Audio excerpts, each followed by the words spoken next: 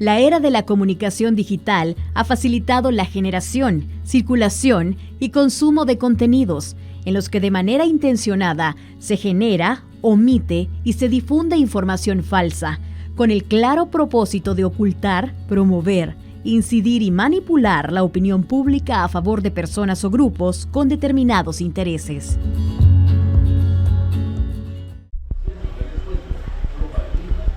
La distribución de este kit de medicamentos, que ya hay suficiente evidencia científica que no funciona, y es básicamente una estrategia política para que la gente piense que mi gobierno se preocupa por mí y me da de gratis el tratamiento contra el COVID. Esa es parte de la estrategia política electorera que le está funcionando al gobierno y que le ha funcionado cuando los técnicos sabemos que es un total fracaso.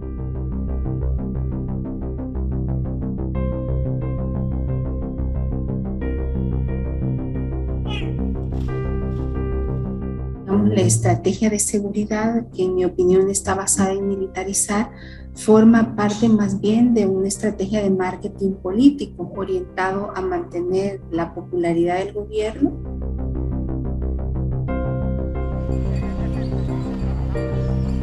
Hay condiciones estructurales de la economía que no se corrigen con una fórmula mágica. Actualmente se está queriendo utilizar al Bitcoin como una pastilla mágica para bajar de peso.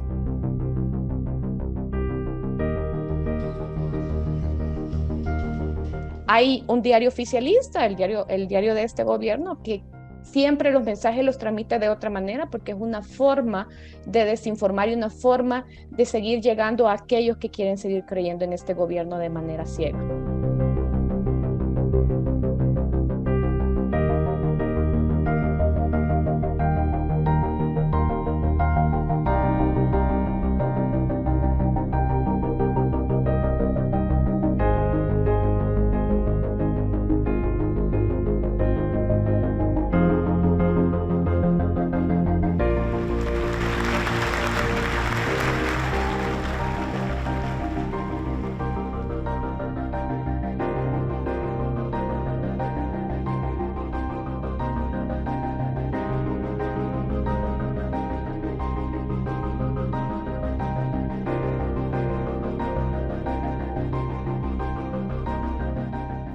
El 19 de octubre de 2020, el gobierno de Nayib Bukele sumó 2 herramientas más a su maquinaria de propaganda: Diario El Salvador y Noticiero El Salvador. Según su propio vocero, es una empresa propiedad del Estado que hablará con la verdad.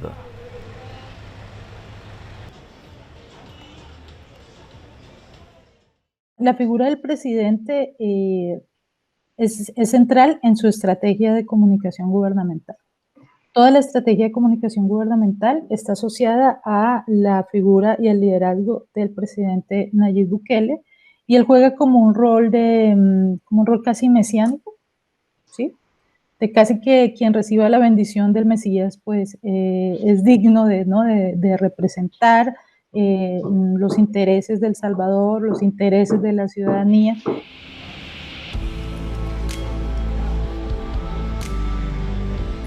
En este reportaje se analizaron los titulares, fotos, portadas y sumarios de 400 periódicos de Diario El Salvador.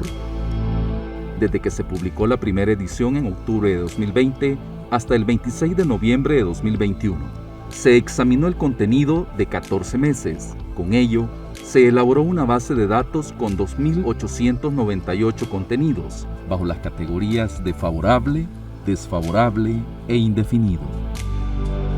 Los resultados fueron contundentes. Diario El Salvador es una herramienta de exaltación de la labor del gobierno y sus aliados.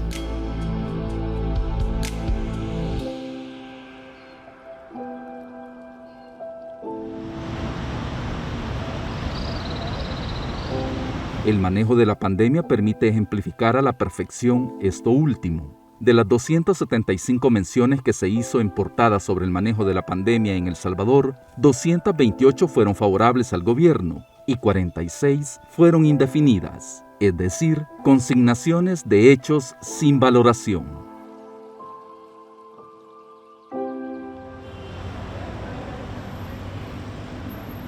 un gobierno que le gusta hacer las cosas en la oscuridad, donde no haya una rendición de cuentas, donde nadie pueda exigirle hacer una contraloría social, cortar todos los espacios de acceso a información pública. Es decir, si la transparencia es aquello que permite observar de manera clara cuál es el quehacer de los funcionarios, bueno, para este gobierno es la oscuridad, ¿no?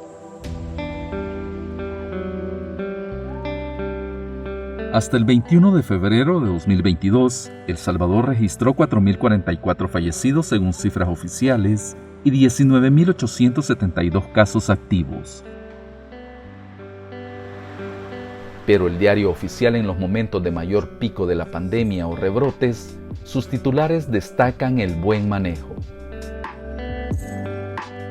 Pese a los esfuerzos por destacar de manera positiva el manejo de la pandemia del COVID-19, el gobierno ha reservado la información relativa a la toma, procesamiento y divulgación de los resultados de las pruebas COVID-19, procesos de adquisición de vacunas, registro de cabinas destinadas a la vacunación, el Plan Nacional de Despliegue de Vacunación, entre otros. La famosa ley David, por ejemplo, que contempla una reserva de 7 años en lo que es todo el manejo de la pandemia, es un ejemplo. Hay otro tipo de informaciones que la han ido reservando, lo de vacunación, por ejemplo. No sé por cuánto tiempo lo han reservado, no recuerdo el momento, pero es información reservada. Y eso es algo que nos dice muchas cosas, ¿no? Y si lo vemos desde el punto de vista técnico, es algo contraproducente a lo que dictamina la Organización Mundial de la Salud, que nos dice que en casos de pandemia, la comunicación de riesgo, el acceso a la información es básico para el manejo adecuado de la pandemia, para la percepción que la población pueda tener de riesgo. Si uno estudia los populismos latinoamericanos, existe esa relación mi relación es entre el líder y el pueblo, que es superior, y esa relación superior a todo, ¿sí? Superior al Estado de Derecho, superior a las normas, superior a cualquier control, ¿no? Y entonces, si yo recibo esa bendición del líder, esa bendición me legitima.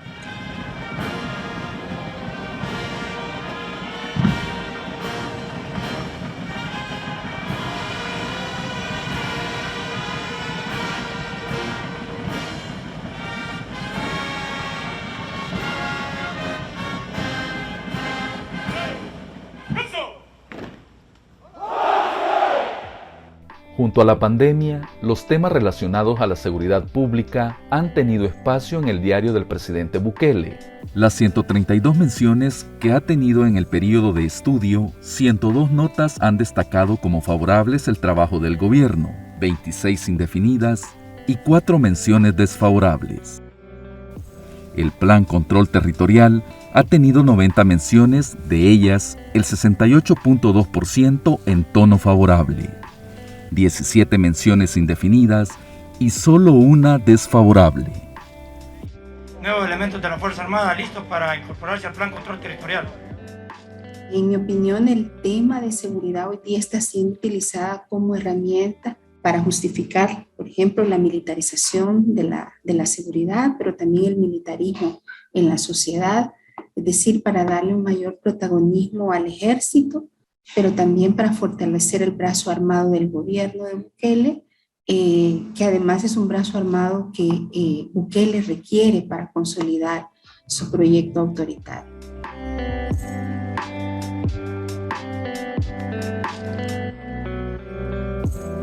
El año 2021 cerró con 1.140 homicidios, el índice más bajo en la historia reciente. Publicaciones del periódico digital El Faro han señalado la existencia de negociaciones con las pandillas para lograr la reducción de los homicidios, acuerdos que se estarían dando bajo un contexto en el que los planes, programas y políticas de seguridad se conocen poco o nada. Mientras tanto, el número de desaparecidos superó las 500 personas. A inicios de febrero de 2022, el director de la policía informó del hallazgo de una fosa clandestina con 26 cadáveres en el municipio de Nuevo Cuscatlán, territorio del que fue alcalde el presidente Nayib Bukele.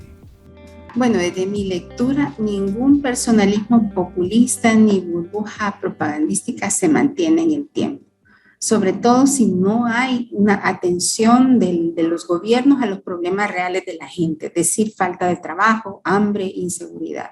Especialmente estos problemas que afectan a las grandes mayorías, que es donde radica el mayor respaldo de Bukele.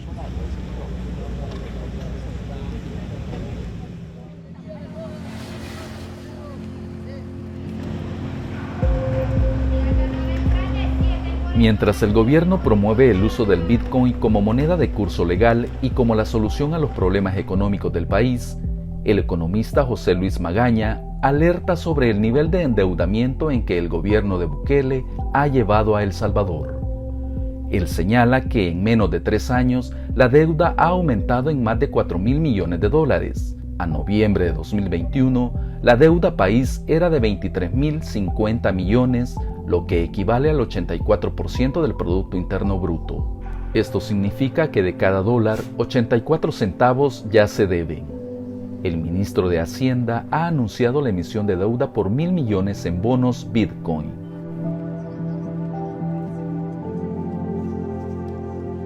Diario El Salvador ha hecho 257 menciones sobre la situación económica. 192 de las menciones son favorables al gobierno. La implementación del Bitcoin recibió la atención de 74 publicaciones, 57 menciones a favor y 17 indefinidas. Además es una improvisación inconsulta, porque tampoco nunca a nadie le preguntaron sobre eso. Y que además se está haciendo de oídos sordos a cualquiera que intente preguntar algo al respecto. ¿Sí? Hasta ahorita no sabemos ni siquiera quién maneja el Bitcoin en las cuentas públicas. O sea, están en, la maneja la Chivo, la empresa Chivo SADCB, se administran desde Bandesal, desde el Ministerio de Hacienda, en Capres o en el teléfono personal del presidente, porque es él el que tuitea cuáles son los criterios para comprar, vender bitcoins. Todo eso no lo sabemos. O sea, es una política muy poco transparente, inconsulta y totalmente improvisada. No, bros.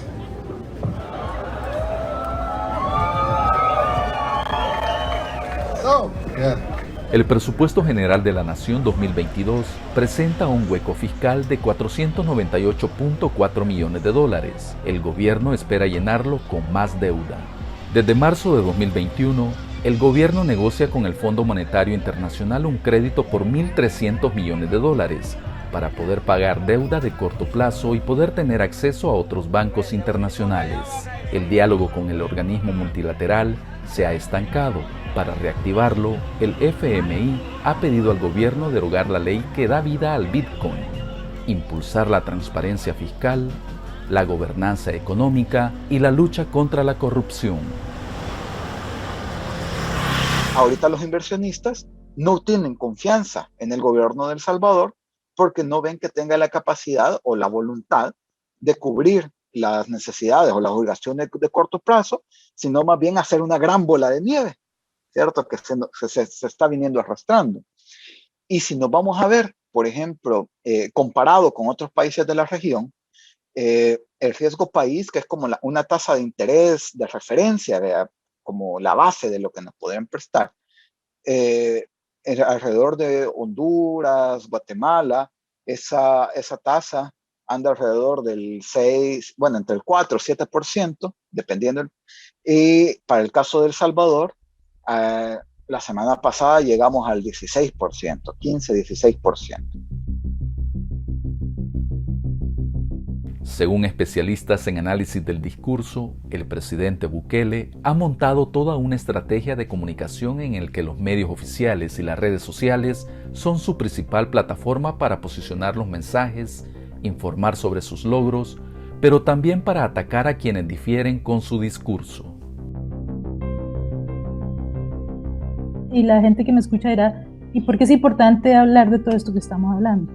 Porque legitima decisiones políticas, porque legitima romper la institucionalidad, porque legitima, el discurso legitima pasarse fronteras, violar los derechos humanos, no respetar la libertad de expresión, porque hay un discurso que empieza a legitimar el que se pasen fronteras que no debemos pasar. Organizaciones de la sociedad civil, académicos, tanques de pensamiento y la gremial de periodistas han señalado la falta de información, rendición de cuentas y poca transparencia en el uso de fondos públicos en el gobierno. Desde medios como Diario El Salvador, el tema de la corrupción es abordada para señalar a instituciones, políticos y funcionarios de administraciones pasadas. De 211 publicaciones sobre corrupción, 178 son desfavorables y 22 indefinidos.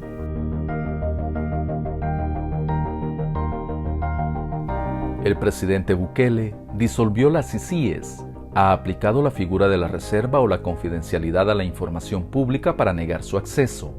Sin embargo, varios de sus funcionarios aparecen en la lista de corruptos emitida por el gobierno de Estados Unidos.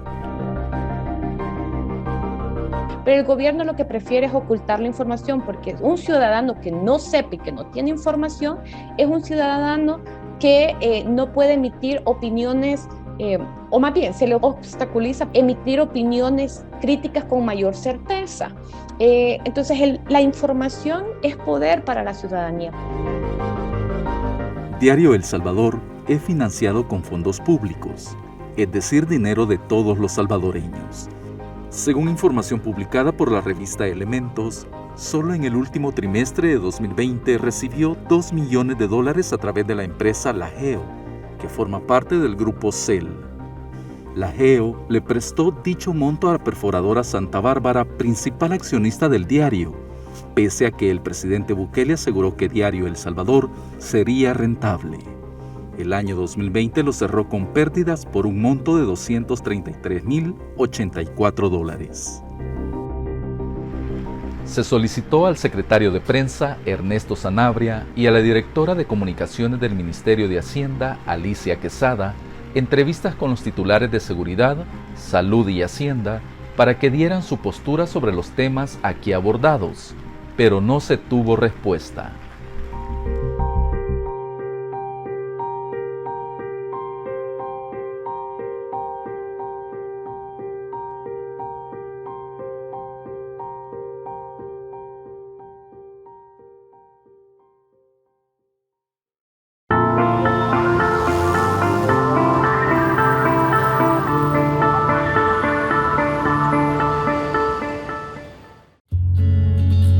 A continuación, el editorial.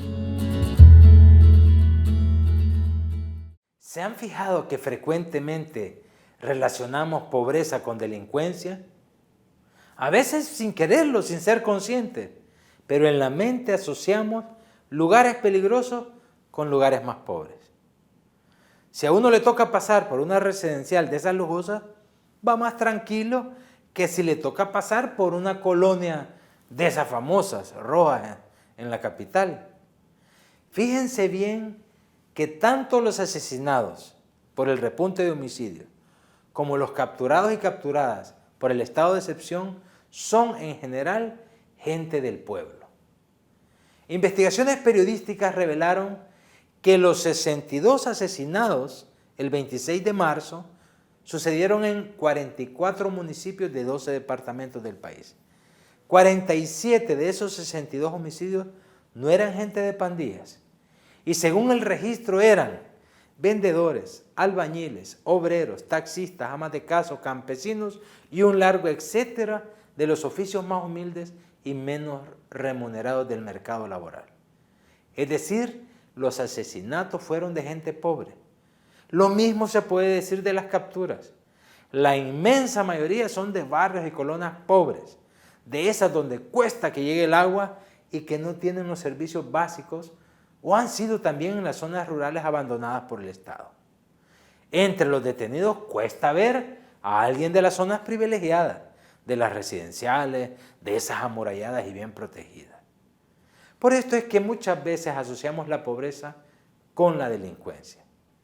Hasta instancias internacionales aseguran en sus estudios que la pobreza y la desigualdad tienen que ver con el aumento de los índices delictivos. Sin embargo, hay que tener mucho cuidado con estas afirmaciones o con estas generalizaciones. La falta de recursos económicos y materiales no es causa automática de la propensión a delinquir. Hay países en África o aquí cerquita en la misma Centroamérica que tienen niveles de pobreza más altos que los de El Salvador y sin embargo tienen menores niveles de violencia y de homicidios. Además, no debemos olvidar que quienes en el pasado se llevaron millones de dólares del erario público o quienes lo siguen haciendo en la actualidad no son, o por lo menos ya no son a esta altura, miembros de sectores populares, sino de estratos altos económicamente hablando. A pesar de todo esto, a la pobreza y especialmente a los pobres se les criminaliza. A los 9 días del estado de excepción ya se hablaba de 6.000 detenidos y se dijo que todos eran pandilleros sin haberlo probado, pero que todos son pandilleros. Basta con vivir en una colonia donde haya pandillas para ser sospechoso de serlo también. Es que lo más común que hacen los gobiernos cuando aumenta la delincuencia es subir el presupuesto a las armas, aumentar las penas y meter más y más personas a la cárcel.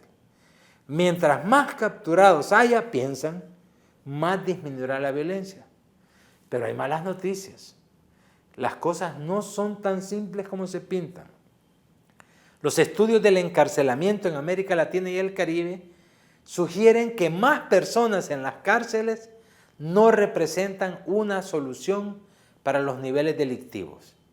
La cárcel no soluciona los problemas de inseguridad, como tampoco la represión sola ha detenido nunca la violencia. El presidente y su gobierno está demostrando que no solo no ha cambiado las políticas fallidas de los gobiernos anteriores, sino que las repite conociendo ya sus resultados, es decir, a sabiendas que también fracasaron.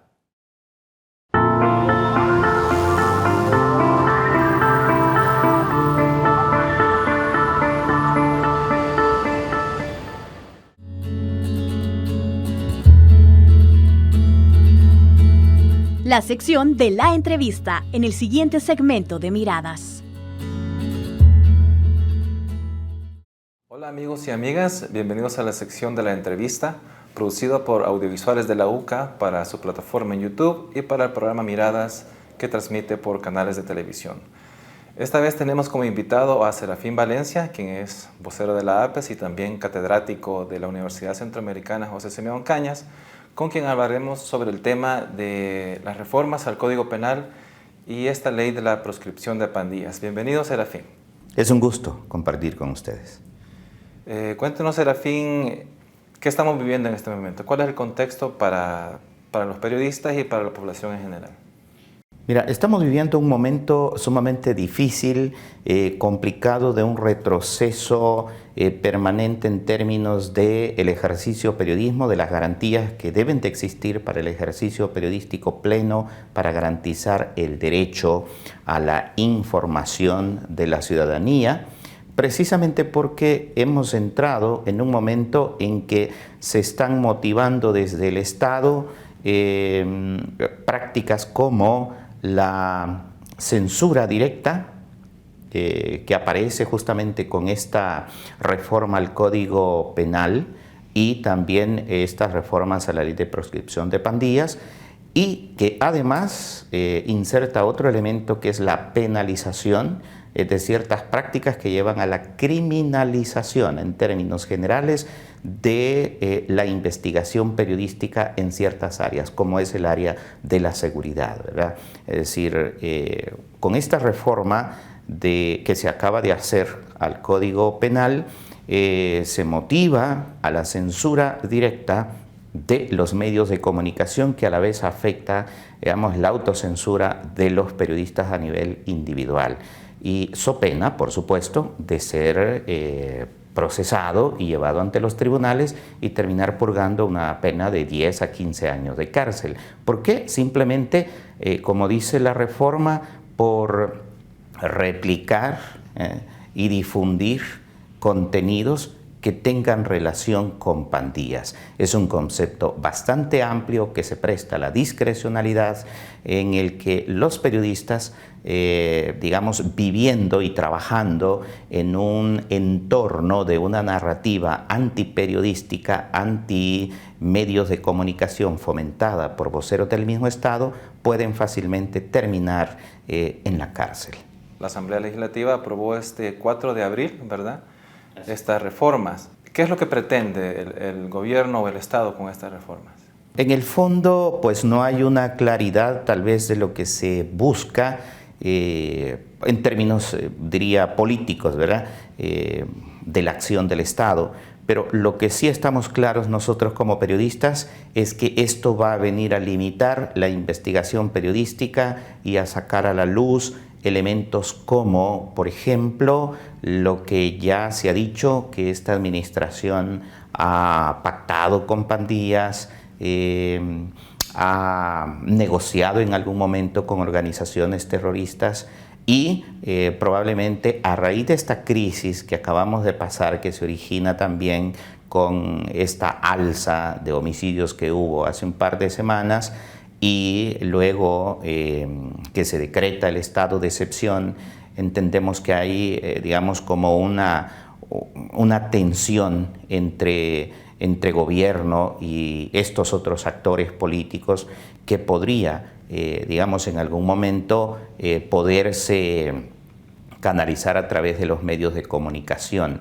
Esto justamente nosotros entendemos que se está prohibiendo en el fondo, ¿verdad?, la posibilidad que en algún momento el periodismo pueda sacar a luz nuevas pruebas sobre esto que ya se ha informado, que otros periódicos digitales como El Faro lo han informado, ¿verdad?, que hay documentos, que hay algunas pruebas de reuniones y de nuevas negociaciones con pandillas y insinuaciones que también ya se habían hecho en el entorno de este nuevo reaparecimiento del digamos, rebrote de violencia y que podrían salir a la luz. Yo creo que se trata de eso, ¿verdad?, en el fondo, de poner una especie de bozal a el periodismo, a la investigación periodística y a los medios de comunicación. También como tiene un significado muy amplio, ¿verdad?, lo de esta prohibición, lo de esta ley. No sé si incluso este tipo de entrevistas en el que se toca el tema pueden ser sujetas a ser objeto de delito, ¿no? Eso es lo complicado, porque en todo lo que estamos viendo en esta administración hay un amplio margen de discrecionalidad, como también lo tiene el mismo decreto de excepción, ¿verdad?, que queda a la libre interpretación de las autoridades. Bueno, el mismo presidente lo decía en un tuit, ¿verdad?, hablando del decreto de estado de excepción. Va a depender de las autoridades que le encuentren a usted los indicios de que es un pandillero, pero a partir de qué criterios la autoridad, ya sea un soldado o un policía, va a determinar que alguien es miembro de una organización criminal. Vemos ahora otra vez el decreto, no es claro, no es específico, cuando dice quien reproduzca o difunda contenidos que proceden de pandillas o presuntamente de organizaciones terroristas, va a ser sancionado de acuerdo a ley, ¿verdad? Entonces, son ámbitos bien generales, hay un amplio margen de discrecionalidad que se puede prestar a muchas cosas.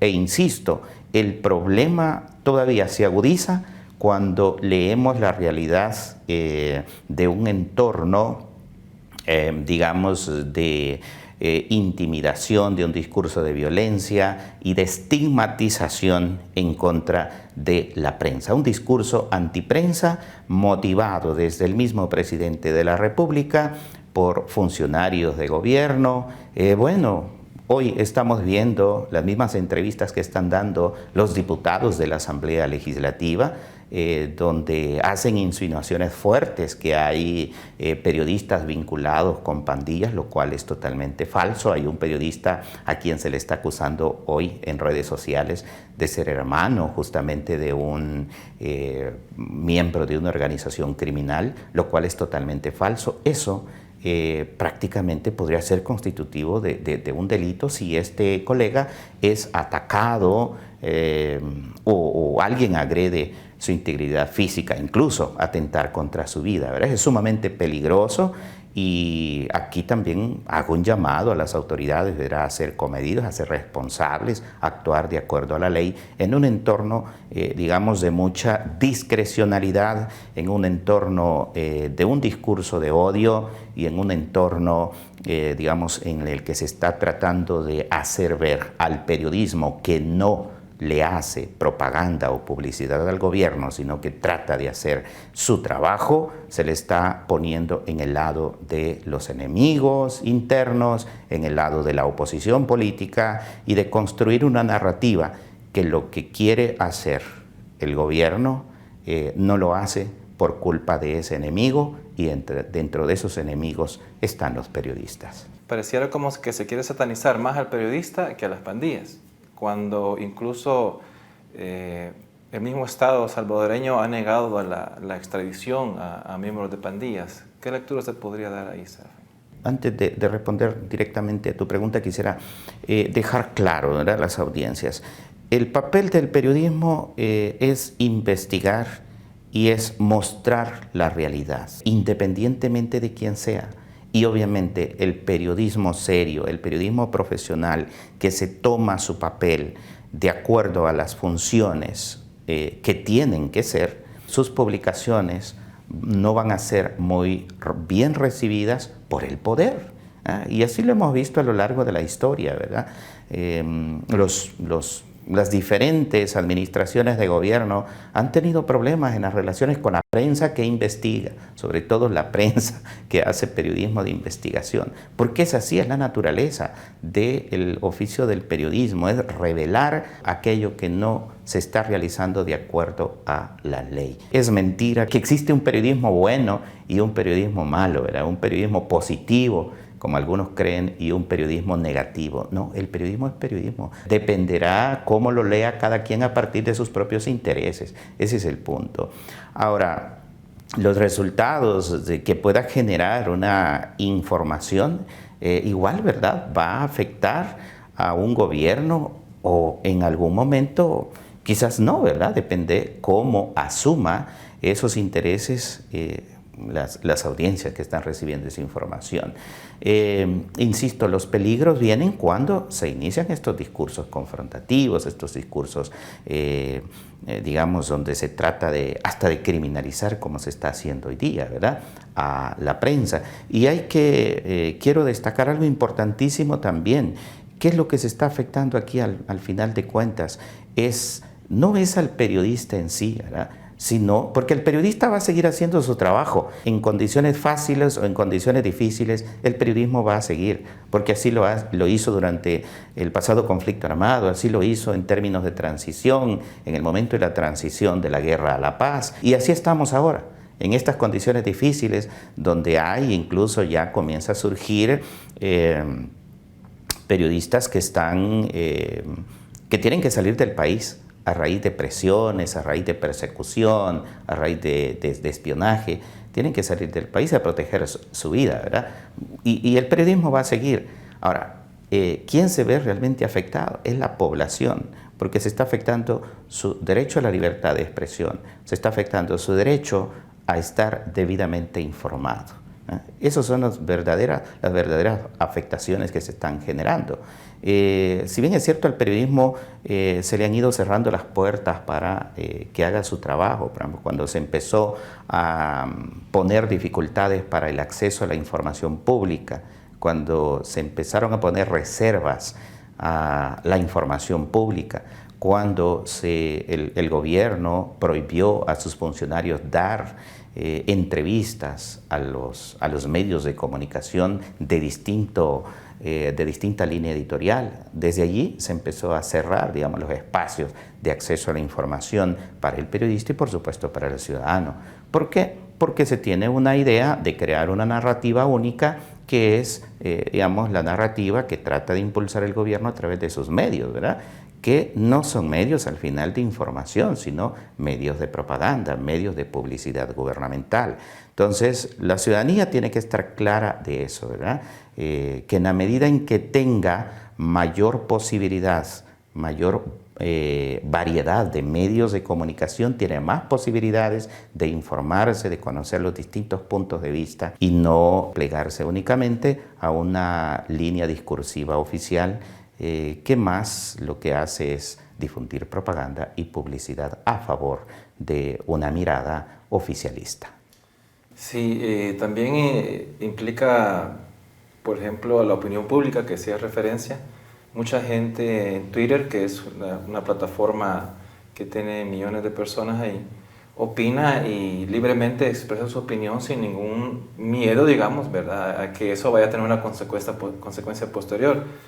Al parecer ya no será así, Serafín. Incluso la gente que tuitea cualquier cosa sobre pandillas pudiera ser sujeta a ser apresada por las autoridades. Sí, esa es una de las cosas que está por verse, ¿verdad? Hay cosas que todavía no están como muy aterrizadas en la comprensión de este decreto, de esta reforma, perdón. Bueno, ayer veíamos una declaración de una diputada oficialista, por supuesto, que era contradictoria en sí misma, ¿verdad? Decía, por un lado, es que esta reforma no va a afectar a los medios de comunicación, no va a afectar a los periodistas, no va dirigida a criminalizar su trabajo. Pero cuando un colega le dice, mire, pero ¿y si yo entrevisto a un miembro de una pandilla, puedo ser considerado un criminal también o un promovedor del discurso de las pandillas? Entonces le dice, bueno, por supuesto, porque le estás dando el micrófono y le estás prestando tu medio de comunicación para que transmita un mensaje. Entonces, ¿en qué estamos, verdad? Es decir, si ese es justamente el trabajo de la prensa, ¿verdad? Hacer entrevistas, buscar datos, no sé, da la impresión a veces que ni siquiera ellos saben realmente qué es lo que han terminado aprobando en esa reforma. Entonces, creo que en la medida que pasen las horas y los días, esto podría irse aclarando mejor. Ojalá no se llegue a la criminalización concreta, es decir, no tengamos a colegas capturados por hacer su trabajo, porque eso sería un paso más hacia esto, ¿verdad? Ya no sería únicamente una guerra contra las pandillas, sino también una guerra en contra de la verdad. Ok, Serafín, sí, la verdad es un panorama un poco gris, ¿verdad? Tanto para la opinión pública como la libertad de expresión, ¿verdad? Que poco a poco se ha ido perdiendo en ese país a través de este tipo de modificaciones legales. Muchas gracias a ustedes, amigos y amigas, por haber estado este día, y gracias, Serafín. No, siempre a la orden. Bueno, e incitarles a las audiencias a que no pierdan, que luchen por garantizar sus derechos, entre ellos este derecho fundamental e importantísimo que es el derecho a la libertad de expresión. Ok, así es. Muchas gracias. Nuevamente, amigos, gracias por acompañarnos. Hasta la próxima.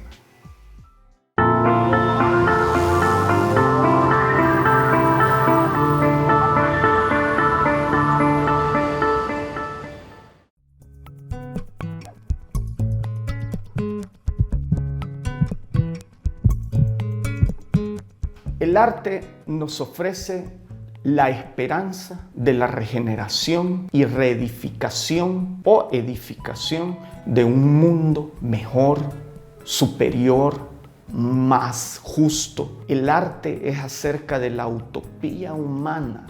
El arte es acerca de la ascensión humana. Aunque el arte se ocupe de los aspectos más deleznables de la naturaleza humana, lo que nos plantea es una pregunta moral. acerca de quiénes somos como especie y de cuál es nuestro destino como especie. Mucha gente materialista encontrará que la plenitud de su realización es la realización material.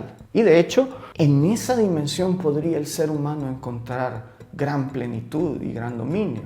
Ahora te quiero decir, no podemos ignorar las lecciones de la historia en las cuales paradigmas excesivamente materialistas solo nos han llevado al deterioro y destrucción de nuestros recursos de supervivencia. Entonces esa lección histórica no la podemos pasar por alto. El arte nos va a ofrecer esa capacidad de ser tolerantes e inclusivos, porque el arte esencialmente te cuestiona en tus valores y principios.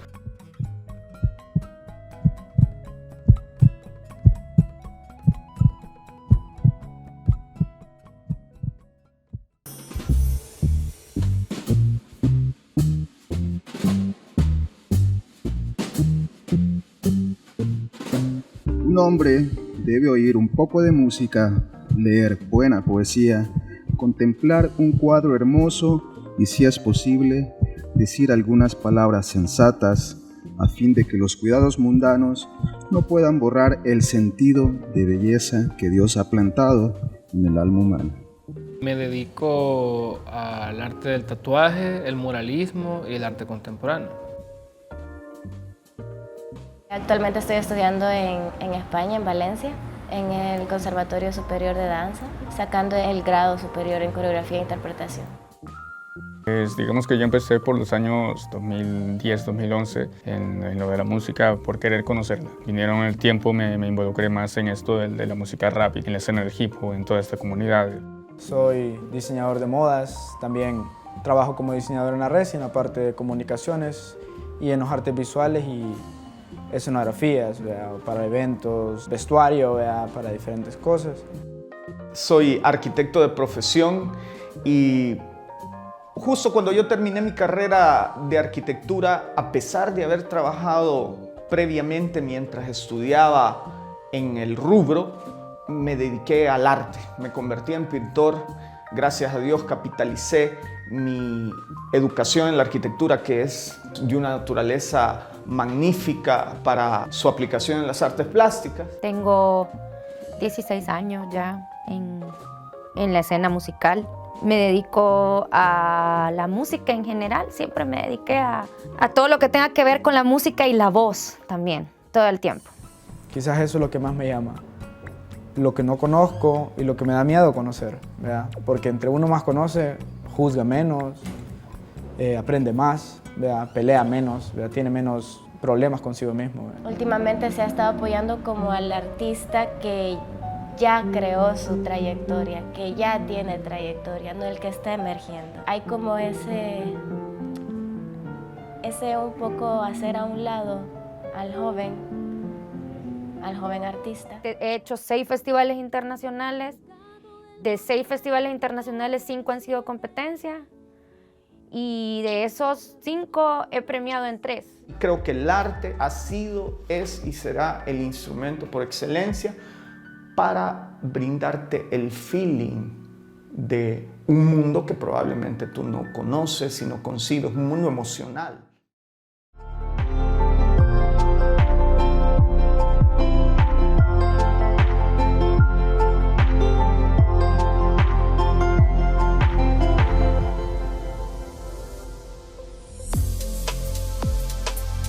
El río Lempa es un afluente que nace en Guatemala, atraviesa en Honduras y desemboca en El Salvador, en las costas del Océano Pacífico.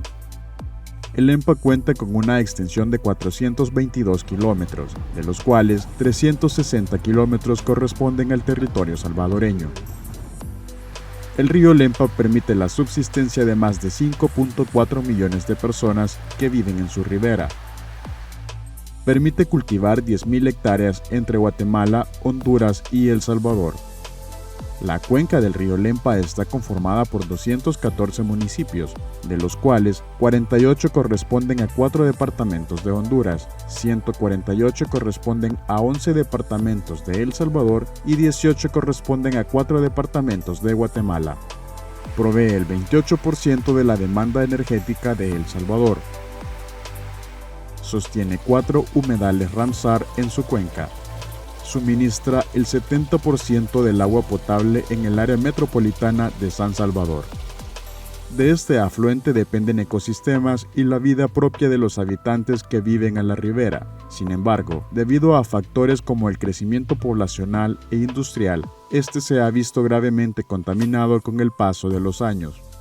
Según un informe sobre la calidad de los ríos en El Salvador, elaborado por el Ministerio de Medio Ambiente y Recursos Naturales, de los sitios evaluados en la región hidrográfica del río Lempa, 18 presentan una calidad de agua regular, que limita el desarrollo de vida acuática, mientras que 33 presentan calidad de agua mala, que restringe el desarrollo de la vida acuática, y 6 presentan calidad de agua pésima, que imposibilita el desarrollo de la vida acuática. Los análisis realizados por dicha cartera de Estado afirman que el agua de Lempa no cumple con ciertos parámetros para su uso, ya que se han registrado valores fuera de rango. Tal es el caso de coliformes fecales, que van desde los 2.400 hasta los 35 millones por cada 100 mililitros, siendo el valor guía 2.000 por cada 1.000 mililitros. Adicionalmente, entre otros valores que se reportan fuera de rango, están minerales y metales como el manganeso, mercurio, hierro, nitrógeno amoniacal, sólidos totales disueltos, oxígeno disuelto y sulfatos. En la cuenca alta del río Lempa se han identificado puntos de exploración minera de hierro, aluminio, níquel, plomo, zinc, oro y plata. Estos amenazan con contaminar el acuífero y a todos los que consumen el agua de forma directa o indirecta. Según la Unidad Ecológica de El Salvador, UNES, dentro de los proyectos mineros que afectan a El Salvador, hay 8, comprendidos entre los departamentos de Jutiapa y Chiquimula en Guatemala, mientras que para el caso de Honduras se encuentran Lempira y Ocotepeque, municipios que limitan con los departamentos salvadoreños de Chalatenango y Cabañas, zonas de alta recarga acuífera como el Trifinio y la cordillera de Alotepeque en Metapán, los cuales desembocan directamente al río Lempa.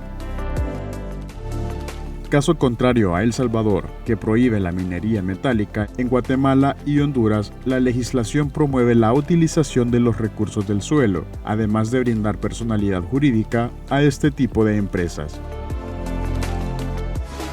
En el 2020, nació la iniciativa Rescatemos el Lempa, donde organizaciones no gubernamentales de los 3 países se unieron para promover acciones de rescate al afluente y han señalado las graves problemáticas que afectan a este.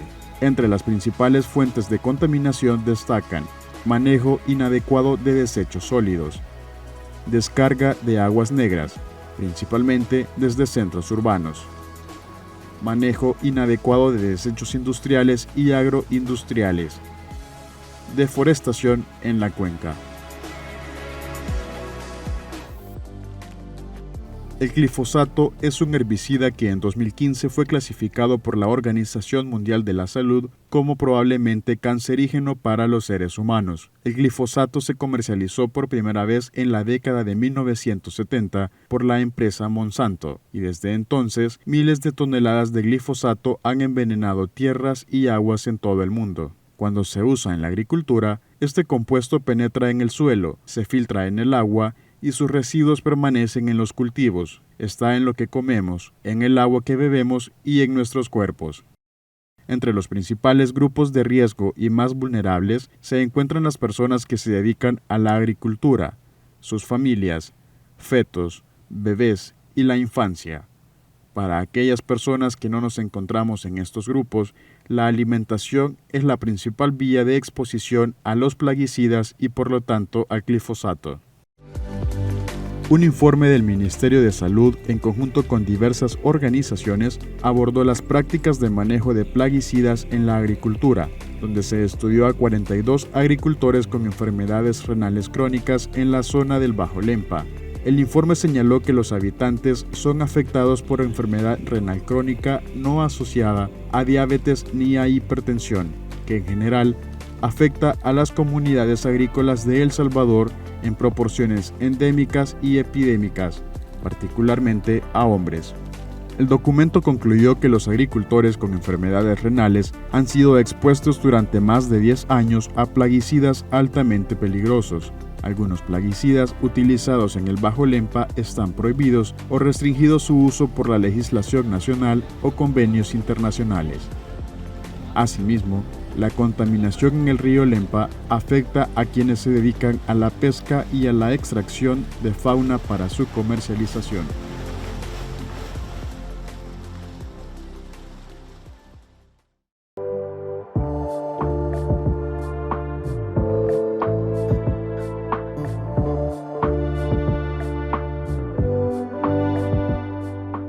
Un creciente número de personas de Centroamérica se están viendo obligadas a dejar sus hogares. En todo el mundo hay alrededor de 580,000 personas refugiadas y solicitantes de asilo de El Salvador, Honduras y Guatemala, una cifra que registró un incremento de más de 30% en comparación con el 2018, según ACNUR. Porque no es posible llevar ese registro. Pero de acuerdo a los datos que publica la frontera sur de Estados Unidos, que es el Departamento de Estado quien nos publica, si estamos hablando de por lo menos 240 personas diariamente que están siendo detenidas en esa frontera. Eso quiere decir que en los últimos años, desde 2018 más o menos a agosto de este año, han sido más de 240,000 personas las que han sido detenidas.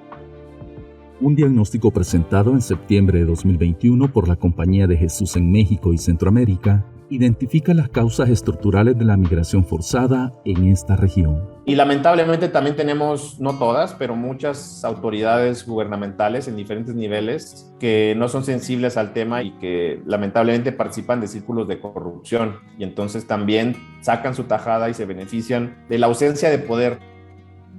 Según un estudio presentado por el Instituto de Políticas Migratorias, en Estados Unidos habitan al menos 3,8 millones de inmigrantes centroamericanos. La gran mayoría provienen del Triángulo Norte. Datos del censo indican que este grupo representa el 8% de los 44,9 millones de residentes nacidos en el extranjero. Mientras la migración forzada centroamericana continúa, el gobierno del presidente Joe Biden, a través del Departamento de Seguridad Nacional, extendió el 9 de septiembre el estatus de protección temporal, conocido como TPS, para ciudadanos de Nicaragua, El Salvador, Haití, Honduras, entre otros. La ampliación del TPS llega hasta el 31 de diciembre de 2022. Incluye a países como Sudán y Nepal. El reporte del Instituto de Políticas Migratorias logra también identificar las zonas geográficas de Estados Unidos donde los centroamericanos han echado raíces. Si bien se los encuentra en todo el país, son los estados de California con el 25%, Texas el 13%, Florida el 7%, Nueva York 11% y el área metropolitana de Washington con el 9% donde su presencia es más notoria. El Salvador cuenta con 198,420 nacionales amparados por TPS, seguido por Honduras con 60,350, Haití con 40,865 y Nepal con 10,160. Además de la ampliación del TPS, otra medida implementada por el gobierno del presidente Biden fue la reapertura del programa de menores CAM, que se canceló en 2018 durante la administración del presidente Trump. El CAM es una vía legal mediante la cual hijos y otros integrantes de una familia que enfrentan persecución o algún tipo de peligro en El Salvador, Guatemala y Honduras puedan reunirse con sus padres o madres que viven en Estados Unidos con un estatus legal de migración. El Departamento de Estado y el Departamento de Seguridad de Estados Unidos anunciaron que a partir del 14 de septiembre de 2021 se aceptan nuevas solicitudes de admisión al programa CAM, ampliando la elegibilidad de aquellos que pueden solicitar el acceso de sus hijos al programa de admisión de refugiados de Estados Unidos. Mientras los inmigrantes siguen luchando junto a las organizaciones sociales para que se les respeten sus derechos y se regularice su situación migratoria, son ellos los que aportan cerca de la mitad de los ingresos de las familias que reciben remesas.